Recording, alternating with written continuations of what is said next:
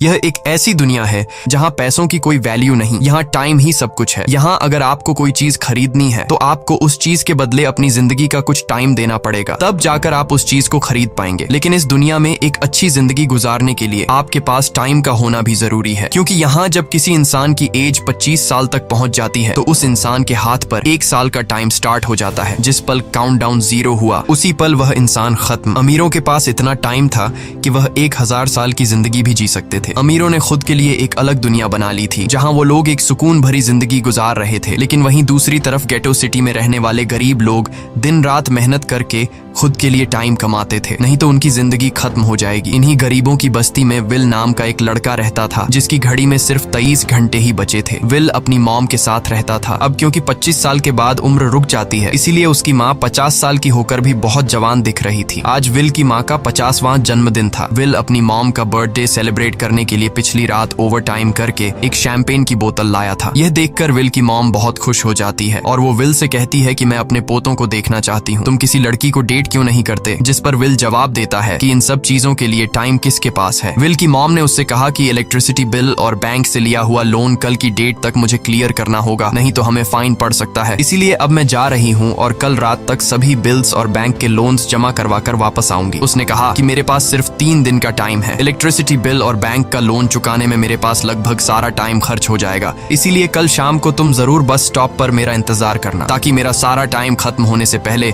मैं तुमसे कुछ टाइम ले सकूं। इस पर विल ने कहा ठीक है, मैं टाइम पर पहुंच जाऊंगा। जाने से पहले विल की माँ विल के हाथ को छूकर उसकी बॉडी में 30 मिनट ट्रांसफर करती है ताकि विल अच्छा नाश्ता खरीद कर खा सके। इसके बाद दोनों अपने अपने काम पर निकल गए। रास्ते में विल के पास एक छोटी बच्ची आती है। वो विल को एक कैप्सूल देकर विल से उसका थोड़ा सा टाइम मांगती है। विल मुस्कुराते हुए उस छोटी बच्ची को कैप्सूल में अपनी जिंदगी का 5 मिनट का टाइम दे देता है और वह चली जाती है। यहाँ हमें पता चलता है कि यह लोग अपने टाइम को एक कैप्सूल में स्टोर भी कर सकते हैं, जिससे यह लोग कभी भी यूज और ट्रांसफर कर सकते हैं। इसके बाद विल काम के लिए फैक्ट्री पहुंच जाता है। काम शुरू करने से पहले वह कॉफी लेने जाता है, लेकिन वहां वह देखता है कि हर एक चीज का दाम डबल हो गया है। जहां पहले कॉफी 2 मिनट की मिलती थी, अब उसका प्राइस डबल होकर 4 मिनट हो चुका है। यहाँ पर कभी भी किसी चीज का भी दाम बढ़ा दिया जाता है बिना किसी अनाउंसमेंट के। ये बात विल को बहुत बुरी लगती है। मजबूरी में विल ने भी कॉफी के लिए अपनी जिंदगी के 4 मिनट पे किए और काम पर लग गया। दिन भर के काम के बाद रात के वक्त विल अपने दोस्त के साथ एक बार में जाता है। विल का दोस्त एक नंबर का शराबी था। वह हर वक्त शराब के नशे में टली रहता। विल का दोस्त विल को इशारे में बताता है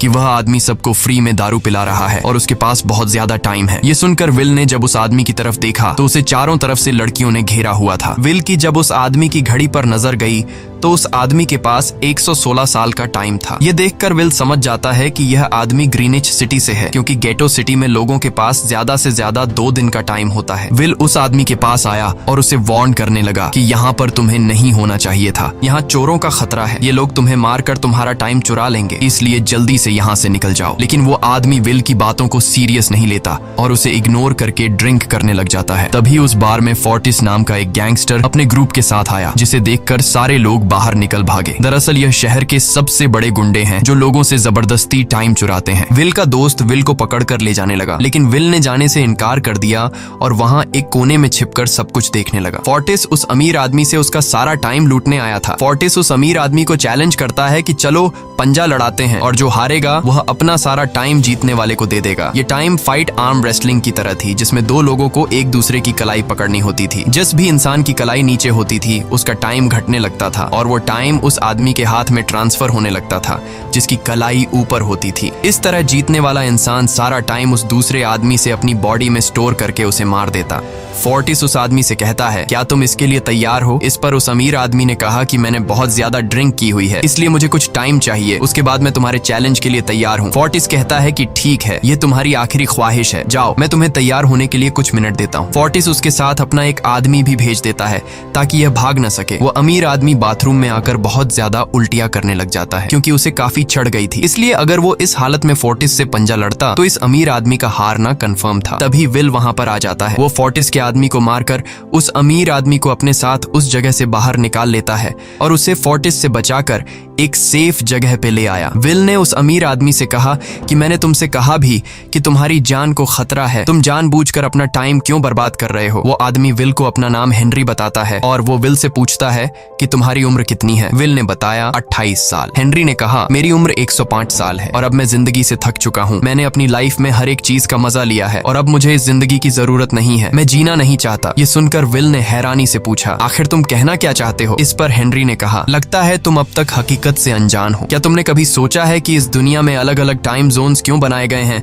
आखिर क्यों तुम्हारे टाइम जोन गेटो में किसी भी वक्त चीजों के दाम और टैक्स बढ़ा दिए जाते हैं? दरअसल महंगाई जानबूझकर बढ़ा दी जाती है ताकि गरीब लोग मरते रहें और उनकी मौत का फायदा ग्रीनविच टाइम जोन के अमीर लोगों को होता रहे। असल में ये सारा सिस्टम उन्हीं का बनाया हुआ है। जरा सोचो, वहाँ ग्रीनविच टाइम जोन में लोगों के पास जीने के लिए हजारों साल हैं, लेकिन यहाँ गेटो में तुम लोग हर रोज जीने के लिए मेहनत मजदूरी करते हो। ऐसा इसलिए है क्योंकि उन्होंने तुम्हें यह करने के लिए मजबूर किया है। वो लोग तुम लोगों को ज्यादा टाइम देना ही नहीं चाहते ताकि तुम लोग मजबूरी में उनके लिए काम करते रहो। वो लोग महंगाई बढ़ाकर तुम्हें ज्यादा से ज्यादा टाइम खर्च करने पर मजबूर करते हैं ताकि तुम्हारे टाइम से वो हमेशा की जिंदगी जी सकें। उन्होंने अपनी जिंदगी का हर एक दिन गरीबों की मौत से इकट्ठा किया है और मैं ऐसी जिंदगी बिल्कुल भी नहीं जीना चाहता जो किसी गरीब मजबूर इंसान की मौत से मिली हो। ये सब सुनकर विल समझ गया कि हेनरी बहुत ही नेक दिल इंसान है। हेनरी ने विल से आगे पूछा अगर तुम्हारे पास मेरे जितना टाइम होता तो तुम क्या करते? विल ने मुस्कुराकर कहा कि सबसे पहले मैं बार बार टाइम को देखना छोड़ देता, क्योंकि उस वक्त भी विल के पास सिर्फ 18 घंटे होते हैं। वो सोने से पहले, सोने के बाद, खाना खाते टाइम हर वक्त अपनी घड़ी देखता रहता है क्योंकि मुझे डर लगता है कि कहीं मेरा टाइम खत्म ना हो जाए और मैं मर न जाऊं। विल कहता है कि मेरी मॉम घर संभालने के लिए बहुत ज्यादा मेहनत करती है। अगर मेरे पास तुम्हारी तरह इतना ज्यादा टाइम होता तो मैं अपनी मॉम के लिए ग्रीनविच सिटी में एक अच्छा घर खरीदता और हम दोनों वहाँ पर खुशी से जिंदगी गुजारते। इसके बाद विल ने हेनरी से कहा आज रात हमें यहीं रुकना होगा, सुबह तक खतरा टल जाएगा, तब तुम वापस अपने घर लौट जाना। इसके बाद ये दोनों सो जाते हैं। सुबह उठकर हेनरी देखता है कि विल अभी भी सो रहा है। वो विल के पास आता है और उसके पास जितना भी टाइम होता है वो सारा का सारा विल को ट्रांसफर कर देता है और अपने पास कुछ ही मिनट बचाकर एक ब्रिज के ऊपर जाकर बैठ जाता है। विल जब नींद से जागा तो उसने देखा कि हेनरी वहां से जा चुका है। तभी हमेशा की तरह नींद से जागने के बाद विल ने अपनी घड़ी में नजर डाली। विल की घड़ी में 116 साल ऐड हो चुके थे। यह देखकर उसकी आंखें खुली की खुली रह गईं। उसे लगा कि वो अभी भी नींद में है और सपना देख रहा है। इसी दौरान विल की नजर विंडो पर पड़ी जिस पर लिखा था मेरा टाइम बर्बाद मत करना। वो समझ जाता है कि हेनरी ने मुझे अपना सारा समय दे दिया है। तभी विल ने हेनरी को दूर एक ब्रिज के किनारे पर बैठे देखा। विल जल्दी से हेनरी की तरफ भागा, लेकिन अब बहुत देर हो चुकी थी क्योंकि हेनरी के पास अब बस कुछ ही सेकंड्स बचे थे और थोड़ी देर बाद वो एक झटके से मरकर ब्रिज से नीचे पानी में गिर गया। विल को हेनरी की मौत का बहुत ज्यादा दुख होता है। अब विल के पास 116 साल की जिंदगी थी और वो समझ जाता है कि अगर मैं यहाँ पर रहा तो लोग समझेंगे कि हेनरी को इसी ने मारा है। विल जल्दी से अपने दोस्त के पास जाता है। विल का दोस्त विल के हाथ में इतना सारा टाइम देखकर शॉक रह जाता है, जिसके बाद विल ने अपने दोस्त को दोस्ती की खातिर 10 साल का टाइम दिया। ये देखकर विल का दोस्त उसका दिल से शुक्रिया अदा करता है। विल कहता है कि यहाँ रहना मेरे लिए अब ठीक नहीं, क्योंकि इतने ज्यादा टाइम को देखते हुए मेरा टाइम छीनने के लिए कोई भी मुझे मार सकता है। अब मैं अपनी माँ के लिए ग्रीनविच सिटी में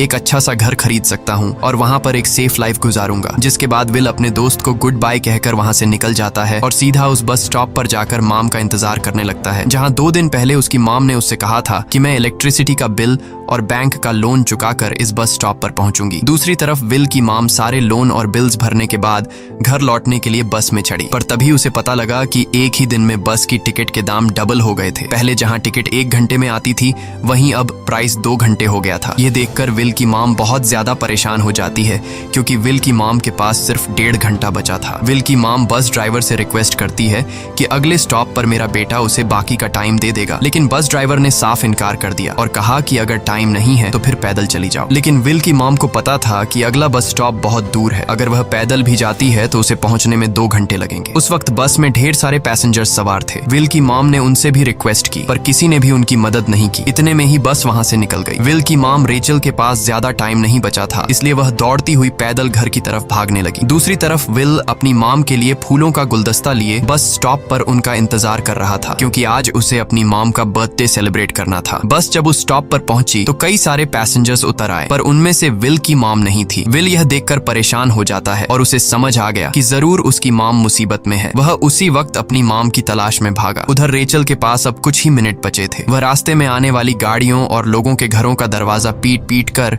उनसे थोड़ा समय उधार मांग रही थी, लेकिन कोई भी उसकी मदद करने को तैयार नहीं था। इधर विल जब कुछ दूर गया तो उसे उसकी मॉम दौड़ती हुई नजर आ गई। अपनी मॉम को भागते हुए देख विल समझ गया कि उनके पास ज्यादा टाइम नहीं है। वह अपना हाथ आगे करके तेजी से उनकी तरफ दौड़ने लगा। उधर रेचल के पास अब सिर्फ 10 सेकंड्स ही रह गए थे। वह भी पूरी तेजी से विल की ओर भाग रही थी, लेकिन जैसे ही रेचल अपने बेटे विल के पास पहुंची, उसका टाइम खत्म हो जाता है और वह मर जाती है। यह देखकर विल को बहुत दुख होता है, क्योंकि उसने अपनी मॉम के लिए क्या कुछ नहीं सोचा था। वह चीख चीख कर रोने लगा। अगली सुबह तक हेनरी की डेड बॉडी टाइम कीपर्स को मिल चुकी थी। ये टाइम कीपर्स वहां पर इन्वेस्टिगेशन करते हैं। आज की दुनिया में टाइम कीपर्स होते थे जो पुलिस की तरह थे। इन टाइम कीपर्स का काम भी क्राइम को रोकना होता है। टाइम कीपर्स के ऑफिसर रेमंड ने उस जगह में अच्छी तरह से जांच की, लेकिन उसे कोई भी क्लू नहीं मिला। तभी रेमंड की नजर उस ब्रिज के पास लगे सीसीटीवी कैमरा की तरफ गई। वह सीसीटीवी फुटेज चेक करने सीसीटीवी रूम के लिए निकल पड़ा। दूसरी तरफ विल समझ चुका था कि उसकी मॉम की मौत के लिए ग्रीनिच में रहने वाले अमीर लोग ही जिम्मेदार हैं, जिन्होंने गेटो शहर के लोगों को एक एक सेकंड का मोहताज बना दिया है। अब विल उनसे बदला लेने ग्रीनिच की तरफ निकल पड़ा और यहाँ से होती है असल कहानी शुरू। ग्रीनविच सिटी में एंटर होने के लिए विल को 1 साल का टाइम खर्च करना पड़ा और ग्रीनिच सिटी जा पहुंचा। वहां जब विल ने अमीर लोगों का लाइफस्टाइल देखा तो उसकी आंखें खुली की खुली रह गईं। वहां लोगों के पास इतना टाइम था कि वो लोग मरने का नाम तक भूल गए थे। यहाँ पर अमीर लोग के बॉडीगार्ड के पास भी 100 साल से भी ज्यादा का टाइम था। ये देखकर विल गुस्से से लाल हो जाता है, क्योंकि विल जिस शहर से आया था वहाँ पर लोगों के पास सिर्फ 24 घंटे की जिंदगी थी। विल वहाँ एक महंगे होटल में रुकता है। खाना खाते दौरान एक बहुत ही खूबसूरत लड़की विल को देखती है, जैसे उसे विल पसंद आ गया हो। दूसरी तरफ टाइम कीपर रेमंड हेनरी की मौत के वक्त का सीसीटीवी फुटेज चेक कर रहा था। तभी उसे फुटेज में विल दिखाई देता है। हालांकि कैमरा ने हेनरी को ब्रिज से गिरते हुए रिकॉर्ड नहीं किया था, लेकिन उस फुटेज में विल ब्रिज के पास खड़ा नजर आ रहा था, जिससे रेमंड को विल पर शक होने लगा। इसलिए रेमंड ने अपनी टीम को विल के बारे में जानकारी इकट्ठा करने को कहा। रिसर्च के दौरान टाइम कीपर्स को यह बात पता चल जाती है कि विल नाम का एक आदमी बहुत सारा टाइम खर्च करके ग्रीनविच सिटी में एंटर हो गया है, जिससे रेमंड को यह बात कंफर्म हो जाती है कि विल ने ही हेनरी को मारा है। रेमंड उसी वक्त अपनी टीम के साथ ग्रीनविच शहर की ओर रवाना हो गया। दूसरी ओर ग्रीनविच शहर में विल एक कैसीनो में आया, जहाँ कुछ अमीर लोग पोकर खेल रहे थे। विल भी उनके साथ बैठ जाता है। एक नए आदमी को देखकर ये लोग उस पर हंसने लगते हैं, लेकिन विल गैम्बलिंग में माहिर था।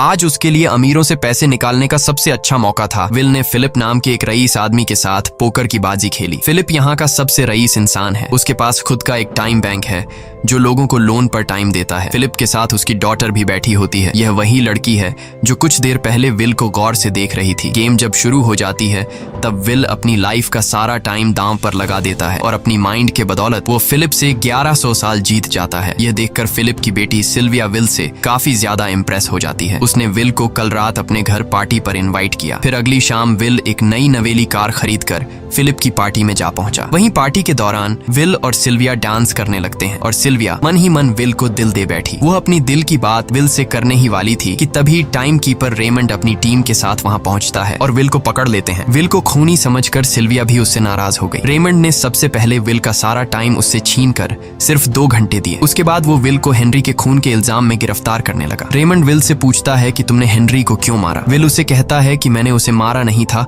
बल्कि वो खुद जीना नहीं चाहता था, इसलिए उसने मुझे 116 साल दिए और बाद में उसने खुद की जान ली। लेकिन रेमंड विल की बात पर यकीन नहीं करता। विल समझ जाता है कि रेमंड मुझे हेनरी के झूठे केस में फंसाकर उम्र भर कैद के लिए मुझे जेल में डाल देगा। इसलिए वह मौका देखते ही रेमंड के आदमियों को मारकर खुद को आजाद कर लेता है और उनकी बंदूक लेकर सिल्विया को बंदी बना लिया। सिल्विया को ढाल बनाकर विल उसे साथ लेकर भाग निकला और रेमंड और उसके आदमियों को चकमा देता हुआ वापस गेटो शहर आ पहुंचा। इस दौरान विल के पास टाइम काफी कम बचा था। उसने सिल्विया से कुछ टाइम उधार मांगा, लेकिन सिल्विया ने उसे 1 सेकंड भी देने से इनकार कर दिया, क्योंकि वह भी उसे हेनरी का खूनी समझ रही थी। इसलिए वो और तेजी से गेटो शहर की तरफ कार दौड़ाता है ताकि वहां पहुंचकर किसी से टाइम उधार ले सके। जल्दबाजी में उसका ध्यान आगे सड़क पर बिछी कंटीली तारों पर नहीं पड़ता, जिससे टकराते ही विल की कार ब्रिज से नीचे गिर जाती है। इस एक्सीडेंट में विल और सिल्विया बेहोश हो गए। असल में रास्ते में वह कांटे फोर्टिस और उसकी गैंग ने बिछाए थे। फोर्टिस ने देखा कि सिल्विया के पास 10 साल का टाइम था। वो सिल्विया का सारा टाइम चुरा कर वहाँ से निकल जाते हैं। इतने में ही विल और सिल्विया को होश आया। सिल्विया ने जब अपने हाथ की तरफ देखा तो वो परेशान हुई, क्योंकि उसके पास सिर्फ 30 मिनट ही बचे थे और विल के पास भी कुछ मिनट ही बचे थे। पर